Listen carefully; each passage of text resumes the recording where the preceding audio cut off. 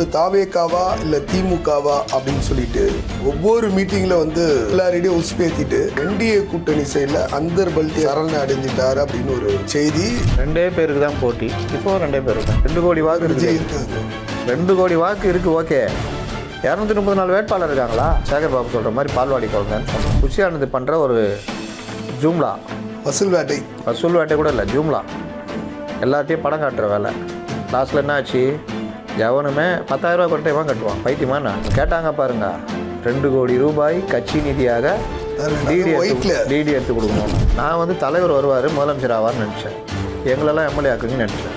கட்சியிலேருந்து செலவு பண்ணி நீ நில்லு, நான் உன்னை பார்த்துக்கிறேன், நீ என்கிட்டயே திட்டு வாங்குற. விஜய் வந்து என்டிஏ கூட்டணியில் போகிறதுக்காக வந்து 41 பேர் உயிர் தியாகம் பண்ணா. வைகோ திமுகலேருந்து தூக்கி அடிச்சான்னு 6 பேர் தீ குளிச்சான். இப்போ அவர் அங்கே திமுகவில் இருக்காரு. மாநகராட்சி போய் 1 3 சீட்டு. அப்புறம் என்ன 4ன்றீங்க? 1 அதுக்கு நீங்கள் சொல்லலாம் 6 பேர் தீ குளிச்சாங்களே, நீயும் சேர்ந்து தீ குளிச்சிருக்கலாமே, இந்த ஒரு சீட்டுக்கு மானங்கட்டு வாழணுமான்னு கேட்குறேன். 41 பேர்ன்றது இந்த விபத்து. அதுக்கும் இவர் என்டிஏக்கு போகிறதுக்கு என்ன சம்மந்தம் இருக்குன்னு கேட்குறேன்.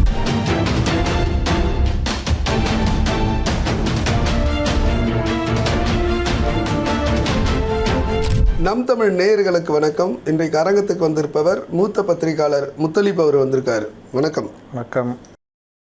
2 பேருக்கு தான் போட்டி, ஒன்று தாவேக்காவா இல்லை திமுகவா அப்படின்னு சொல்லிட்டு ஒவ்வொரு மீட்டிங்கில் வந்து எல்லாரையும் உஸ்பேத்திட்டு இன்னைக்கு என்டிஏ கூட்டணி சைடில் அந்தர் பல்ட்டி அடிச்சுட்டு சரண அடைஞ்சிட்டாரு அப்படின்னு ஒரு போயிட்டுருக்கு செய்தி. அது உண்மையா முத்தலீப் சார்? 2 பேருக்கு தான் போட்டி. இப்போ 2 பேருக்கு தான். தாவேக்கா என்டிஏக்குள்ளே சேர்ந்து என்டிஏவா டிஎம்கேவா அப்படின்னு அவர் சொல்ல காலத்துலேயும் அதிமுக என்டிஏ அந்த கூட்டணி தான், டிஎம்கே கூட்டணி தான் போட்டியை. இவர் நடுவில் வந்து படம் காமிச்சிருந்தார். இவருடைய பர்சன்டேஜ் 20% இருந்தால் அதிகம், பெரிய விஷயம். இன்னொன்று, கட்சியுடைய அடிப்படை கட்டமைப்பே கிடையாது. இதெல்லாம் இல்லாமல் நீங்கள் எப்படி தேர்தலில் நிற்க முடியும்னு கேட்டால், தலைவரை இட்டுன்னு வந்து இட்டாந்து போகிறது தான் கட்டமைப்புன்னு அவர் பேசினார். அதெல்லாம் வாய்க்கு பேசலாம், மேடையில் 10 பேர் கை தட்டுவான், பெருசாக பேசிக்கலாம், படம் காட்டலாம், அங்கிள் சார்னு சொல்லலாம், ஸ்டாலின் அங்கிள்னு சொல்லலாம். தேர்தல்னு வந்துட்டால் வேட்பாளர், பிரச்சாரம், செலவு, கட்சி ஆஃபீஸ் தொடங்கிறது, மக்கள்கிட்ட கொண்டு போகிறது, ஃபேம்லெட்டு, மைக்கு, வண்டி, வாகனம், இந்த மாதிரி தான் நடைமுறை. வர்றவங்களுக்கு சோறு போடுறது, இந்த மாதிரிலாம். அதில் இவங்க 2 பேர் கில்லாடிங்க. பிஹெச்டி வாங்கினோம். ஆனால் அது வந்து அவர் சொன்னார் 45% வந்து வாக்கு இருக்குது. அதுதான் சொல்கிறேன். இதெல்லாம் மேடை பேச்சுக்கும் நம்ம அப்போவே சொன்னபோதே சொன்னோம், இதெல்லாம் படம் காட்டுற வேலை. மேடை பேச்சுக்கு உதவும். ரியாலிட்டி வேறு. களத்தில் வந்து நிற்கணும். அதுக்கு இன்ஃப்ராஸ்ட்ரக்சர் இருக்கணும், அடிப்படை கட்டமைப்பு இருக்கணும்.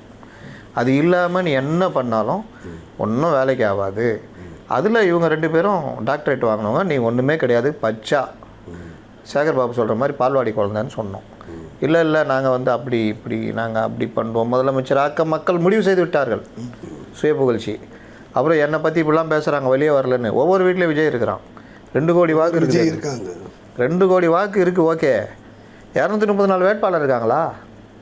அது முக்கியம் இல்லை. இது வரைக்கும் 60 பேர் தானே அவர் வந்து நீ வேட்புமனு சுண்டல் வைக்கிற மாதிரி. அதுலேயே வந்து நான் ஒரு 10-15 பேர் தான் தேர்வாங்க அப்படி வேற சொல்லியிருக்கேன். வேட்பாளர் மனுவை சுண்டல் வைக்கிற மாதிரி கொடுத்தாங்க.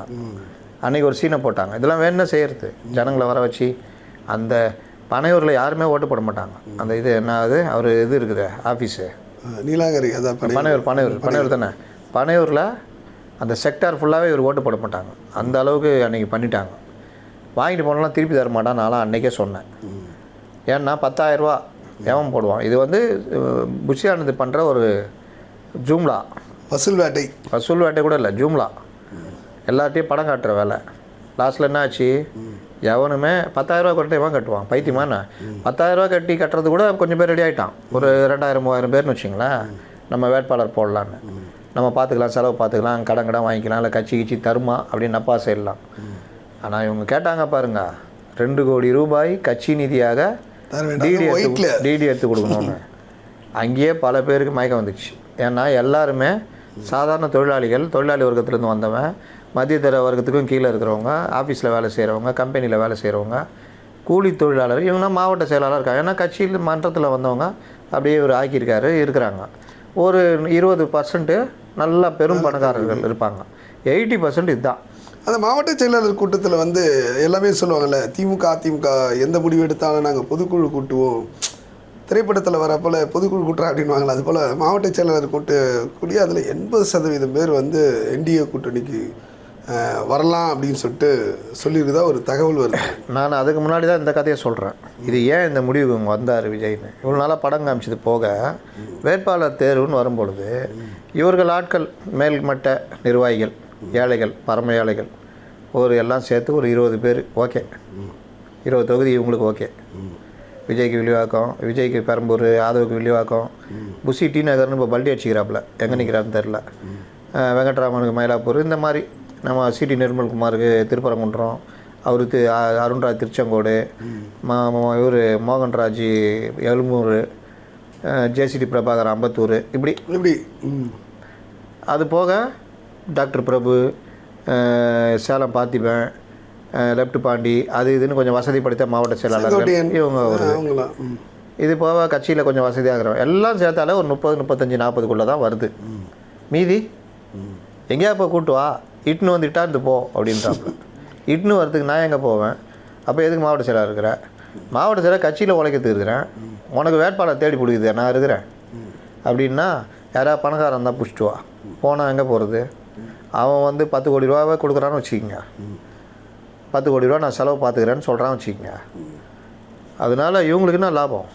அவன் வேணால் எம்எல்ஏ ஆவான், அந்த மாவட்ட செயலாளருக்கு என்ன லாபம்? யாரோ மூஞ்சி தெரியாத ஒரு பணக்காரனை எம்எல்ஏ ஆகிறதுக்காக நான் வந்துக்கிறேன். நான் வந்து தலைவர் வருவார், முதலமைச்சர் ஆவார்னு நினச்சேன், எங்களெல்லாம் எம்எல்ஏ ஆக்குவீங்கன்னு நினச்சேன். கட்சியிலேருந்து செலவு பண்ணி நீ நில்லு நான் உன்னை பார்த்துக்கிறேன்னு நீ என்கிட்டயே துட்டு வாங்குற, அப்புறம் என்னையே செலவு பண்ண சொல்கிற. இது என்னையா நான் கட்சி இதெல்லாம் முடியாது அப்படின்னு தான் அந்த கூட்டத்தில் பெரும்பாலும். ஏன் இந்த முடிவுக்கு வந்தார்னா 20-30 பேர் தான் வச்சுக்கிட்டு 224 பேருக்கு எப்படி நிற்க முடியும்? ஏன்னா டபுளாக ஒவ்வொருவரும் 2 தொகுதிகள் போட்டியிடுங்கள்னா கூட 120 தொகுதி தான் வருது, 60 தொகுதி தான் வருது. என்னடா இது கர்மாந்திரம், என்ன பண்ணுறது அப்போ அப்படின்னு. சரி அப்போ என்ன தான் வழி? ஒழுங்காக கூப்பிட்டுக்கிறாங்க, போனோன்னா 45 சீட்டு கொடுத்தாங்கன்னா நின்னா ஒரு ஆளாயிடலாம், மெதுவாக அப்புறம் பார்த்துக்கலாம், நெக்ஸ்ட்டு ஜென்மத்தில் ஜாயின் பண்ணிக்கலாம் அப்படின்ட்டு முடிவு எடுக்கணும். அந்த முடிவு எடுக்கிறதுக்கு என்ன பண்ணுறது? டக்குன்னு நம்மளே எடுத்துகிட்டு போயிட்டால் நல்லா இருக்காது. மாவட்ட செயலாளர் கூட்டத்தை கூப்பிட்டு அவங்க என்ன சொல்கிறாங்க கேளு, முடிவா அவங்க அழகாக கையை விரிச்சிட்டாங்க. தலைவரை நல்ல முடிவு, உண்மையிலேயே போனால் பொழைச்சிக்கலாம், துணை முதல்வர் ஏதாவது அமைச்சர்னு கேட்டால் பொழைச்சி. அது கூட என்ன சொன்னாங்கன்னா ஆட்சியில் பங்கு அப்படின்னு சொல்லிட்டு கூட்டணி ஆட்சி தான் வேணும் அப்படின்னு சொல்லிட்டு பிடிவாதமாக இருக்காரு. அவங்க வந்து என்ன டிப்டி சிஎம் தரோம் அப்படின்னு சொன்னால் இல்லை ஆட்சி. நீங்கள் போன தடவை என்டிஏ பேச்சுவார்த்தை நடந்தப்போவே 80 சீட்டு, துணை முதல்வர், 4 கேபினெட், இந்த மாதிரிலாம் பேசினார். எடப்பாடி முடியாதுன்ட்டார், கிளம்ப சொல்லுங்கன்ட்டார்.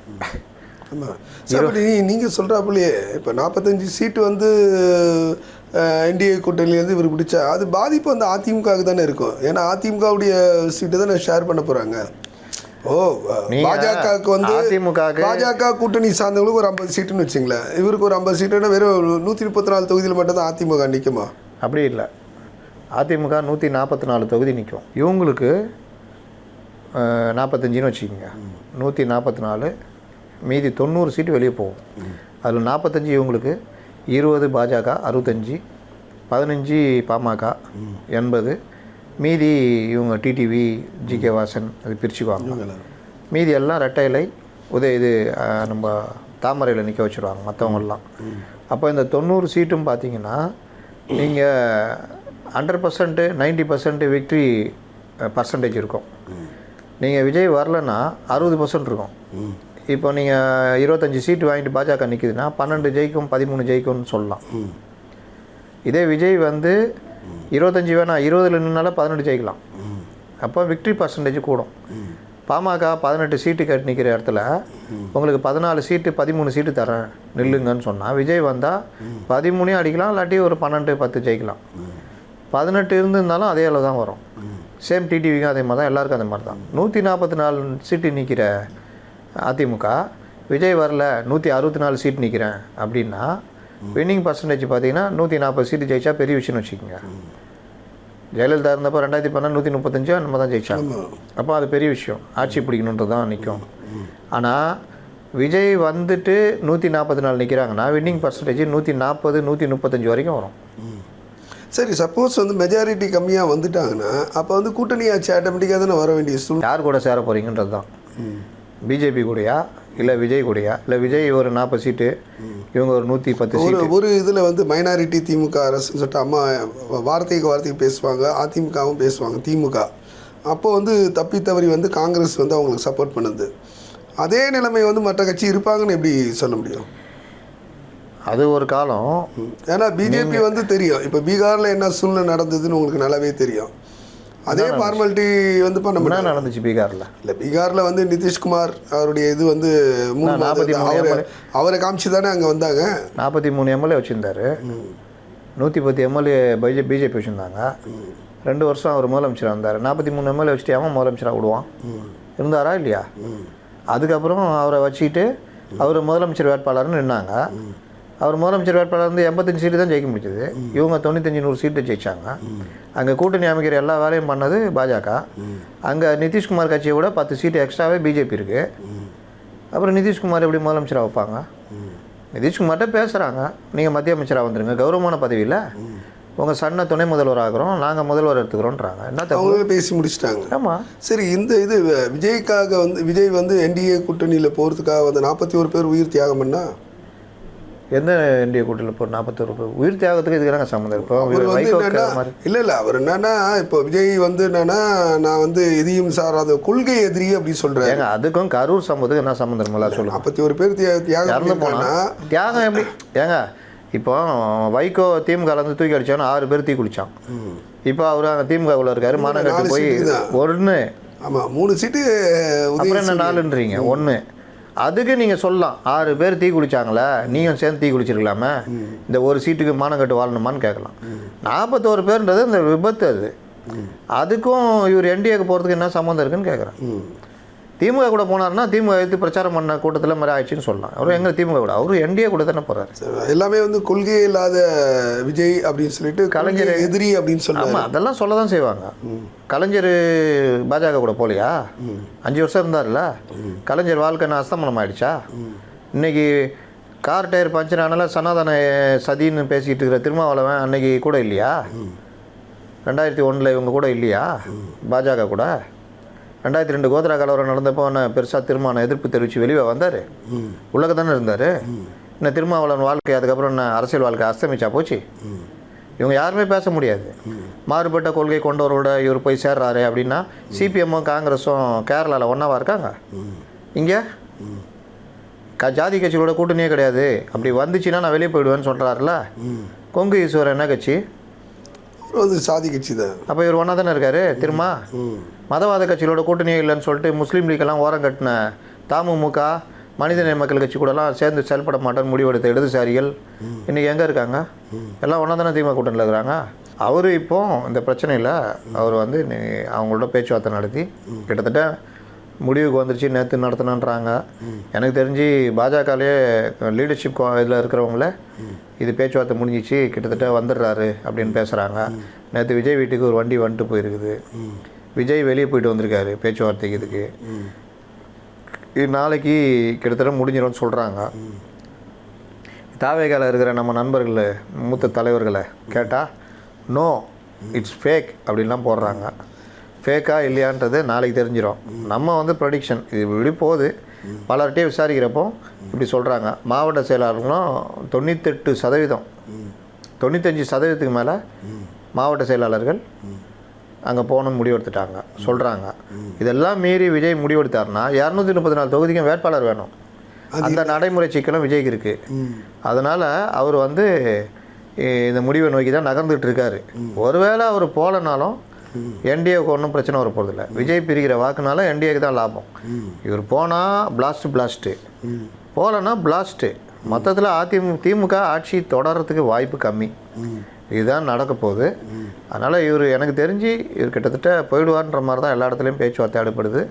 வர்ற தகவலும் அப்படி தான் வருது. அதுக்கான ட்ரையல் தானே இந்த 2 நாளாக வந்து. இப்போ வந்து திமுக கூட்டணி நீங்கள் கேட்டீங்க. நான் சொன்னேன்ல 6 பேர் உயிரிழப்பு. இவர் வந்து ஸ்டாலினை பேசாத பேச்சு கிடையாது. இவரை வெளியேற்றினதே வாரிசு. இவர் ஸ்டாலினை வளர்ச்சிக்கு ஒரு தடையாக இருக்காருன்னா வைகோ வெளியேற்றினாங்க. அப்புறம் இல்லாத பேச்செல்லாம் பேசினார். அப்புறம் இனப்படுகொலை செய்த கட்சியோட எந்த நாளும் கூட்டணி வச்சுக்க மாட்டேன், அதை விட நான் செத்து போயிடுவேன்ற மாதிரி பேசினார் காங்கிரஸ் கூட போகிறதுக்கு. நீ காங்கிரஸ் கூட தான் ஒன்றா இருக்கார். அதுக்கப்புறம் திமுகவை பற்றி அவ்வளோ பேசினார். அப்புறம் திமுகக்குள்ளே வந்தார். இன்றைக்கி அப்படி இப்படின்னு போய் ஒரு சீட்டுக்கு அல்லாடிக்கிட்டு நிலமை இருக்குது. இடதுசாரிகள் அவர்கள் எப்போவுமே வெளியில் வந்துடுவாங்க. இந்த தடவை ஓட்டிக்கினே 7 வருஷம் ட்ராவல் பண்ணவங்க இன்றைக்கி ஒரே ஒரு மானஸ் தான் சண்முகம் மட்டும் கேள்வி எழுப்பியிருக்காரு. எங்களுக்கு கம்மியாக சீட்டு கொடுத்தா நல்லா இருக்காது, நேற்று வந்த பிரேமலதா கொடுக்குறீங்க, அப்போ நாங்கள் என்ன இதுவா, காலமெல்லாம் அடிமைகளாக உழைத்த எங்களுக்கு இதுதான் நான் மரியாதை அப்படின்றப்ப இந்த கம்பெனிக்கு அதை தான் நான் அடிக்கடி சொல்லுவேன். ஒருத்தன் வேலை செஞ்சுனே இருப்பான் ரொம்ப வருஷமாக கம்மி சம்பளத்தில். ஒருத்தன் அதே கம்பெனிலேருந்து வெளியே போய் அங்கங்கே போயிட்டு சம்பளத்தை ஏற்றிட்டு மறுபடியும் அதே கம்பெனியில் இவனுக்கு மேலே வந்து உட்காருவான், இவனோட 2 மடங்கு சம்பளத்தில். இப்போ திறமைன்னு பார்த்தா இவன் இருந்தான் அந்த கம்பெனியில், அவனுக்கு தான். விசுவாசம்னு பார்த்தாலும் இவனுக்கு தான். ஆனால் புதுசாக அவங்க ஊர் சுற்றிட்டு வந்தவனுக்கு டபுள் சம்பளம் கொடுத்துருப்பாங்க. இது எனக்கு தெரிஞ்சே பலருக்கு நடந்திருக்கு பல நிறுவனங்களில். அப்போ இந்த மாதிரி கதையெல்லாம் வந்து பிரேமலதா எங்கெங்கே சுற்றிட்டு இங்கே வராங்க. அவங்க 0.5%. அவங்களுக்கு ராஜ்யசபா ப்ளஸ் சீட் அதிகம். 2% 4% வச்சுக்கிறவங்களுக்கெல்லாம் 5 சீட்டை குறைப்போம் அது இதுன்னு. இவருங்க சொல்கிறாங்க பாஜக வந்து கூட்டணி கட்சிகளை கபலீகரம் செய்யுது, அடிமை திமுக, பாஜக கிட்ட அதிமுக அடிமையாக இருக்குது, இது அமித்ஷா திமுக, கூட்டணி பேச்சுவார்த்தையை அவங்க தான் நடத்துகிறாங்க. எவங்க நடத்தினா என்ன, ஃபைனலில் யார் ஆட்சியில் உட்கார போகிறா, என்ன நடக்கும், அது கூட விட மாட்டாங்க, நிதிஷ்குமார் மாதிரி ஆக்குவாங்க. நிதிஷ்குமார் கட்சிக்கும் இந்த கட்சிக்குமே அடிப்படை வித்தியாசம் இருக்குது. அங்கே பாதிக்கு பாதி 2 பேருமே. ஆமாம். இங்கே 145 ஆமாம். இங்கே 144 எங்கே, 20 எங்கே. இங்கே பர்சன்டேஜ் வைஸே ஒன்றுமே கிடையாது. பிஜேபி ஒரு கட்சியே இங்கே பெருசாக வளரல. அப்புறம் எங்கே நிதிஷ்குமார் நான் ஆட்சி இது பண்ணோன்னே எடப்பாடி இறங்குங்க நைனார் போய் உட்காருங்க நான் சொல்லுவாங்க, நான் பஸ்ஸாக இது நீ இறங்குப்பா நீ உட்காரு பண்ணுறதுக்கு. அப்போ இந்த மாதிரி உருட்டெல்லாம் ஜனங்கள்கிட்ட எடுபடுது. உருட்டுறது இந்த வேலையெல்லாம் பிஜேபி இது டிஎம்கே பண்ணுது. இது எப்படி கதைன்னா இந்த ப்ராங்க் பண்ணுவானுங்க. ஒருத்தன் ஹோட்டலில் உட்காந்து சாப்பிட்டுட்டு இருப்பான், ஒருத்தன் வருவான் இப்படின்னுவான், உடனே சாப்பிட்டு வருவாங்க பார்ப்பான் அப்படின்னு, இவன் அவன் தட்டில் இருக்கிறத எடுத்துன்னு போயின்னு இருப்பான். அவங்க அப்படியே பார்த்துட்டு கீழே பார்ப்பான், தட்டில் இருக்காது. அந்த மாதிரி இப்படி அங்கே பார் பாஜக உள்ளே வந்துடும், அங்கே பார் நிதிஷ்குமார் மாதிரி அவன் ஆக்க போகிறாங்க, அதை பார் கட்சிகளெல்லாம் கபலீகரம் செய்யுது, இங்கே பார் அடிமை திமுக அப்படி சொல்லிக்கினேன். ஆமாம்மா ஆன்ட்டு நான் அப்புறம் 5 சீட்டா என்ன தலைவரை வருஷம் பூரா உழைச்சோம், என்ன உழைச்ச உனக்கு வேண்டிதான் பண்ணி கொடுத்துட்டோம்ல, அப்புறம் என்ன நாங்கள் போடுற பிச்சை தான் இதெல்லாம் அப்படின்ற மாதிரி. அப்போ இவங்களுக்கு என்ன புரியல, அனுமார் பவர் அனுமாருக்கு தெரியாதுன்னுவாங்க. அந்த மாதிரி இவங்களுக்கு என்ன புரியல, ஏய் நாங்கள் இல்லைன்னா நீ 26% தான், ஒன்றுமே கிடையாது, நாங்கள் இருந்ததுனால தான் ஆட்சியில் இருக்கீங்க. அப்போ ஆட்சியுடைய சுகத்தெல்லாம் அனுபவிச்சுட்டு எங்களுக்கு அப்படி இப்படி செதறதை இது பண்ணிட்டு நீ வந்து இருக்கிற சீட்டையும் குறைச்சி எங்கள் மரியாதையும் குறைச்சி எங்களை ஒன்றும் இல்லாமல் ஆக்க பார்க்குறீங்க, இது எப்படி சரியாக இருக்கும் அப்படின்னு ஒரே ஒரு ஈனஸ்வரத்தில் முணங்கணுவாங்க. அந்த 250 அந்த 250 வடிவேல் கேட்பால அந்த மாதிரி இன்றைக்கி சண்முகம் மட்டும் கேட்டிருக்காரு, அந்த 250 சரியா தரேன் அப்படின்னு, மற்ற எல்லாம் கம்முன்னுக்குறாங்க. இதுதான் இன்றைக்கி நிலமை. நிச்சயம் நீங்கள் சொன்னாப்போல வந்து விஜயினுடைய தாவேக்கா வந்து என்டிஏ கூட்டணியில் உறுதியாச்சுன்னு சொல்லிட்டு ஒரு தகவலை சொல்லியிருக்கீங்க. திமுக கூட்டணியில் சலசலப்பு அதை பற்றியும் சொல்லியிருக்கீங்க. பொறுத்திருந்து பார்ப்போம். நன்றி.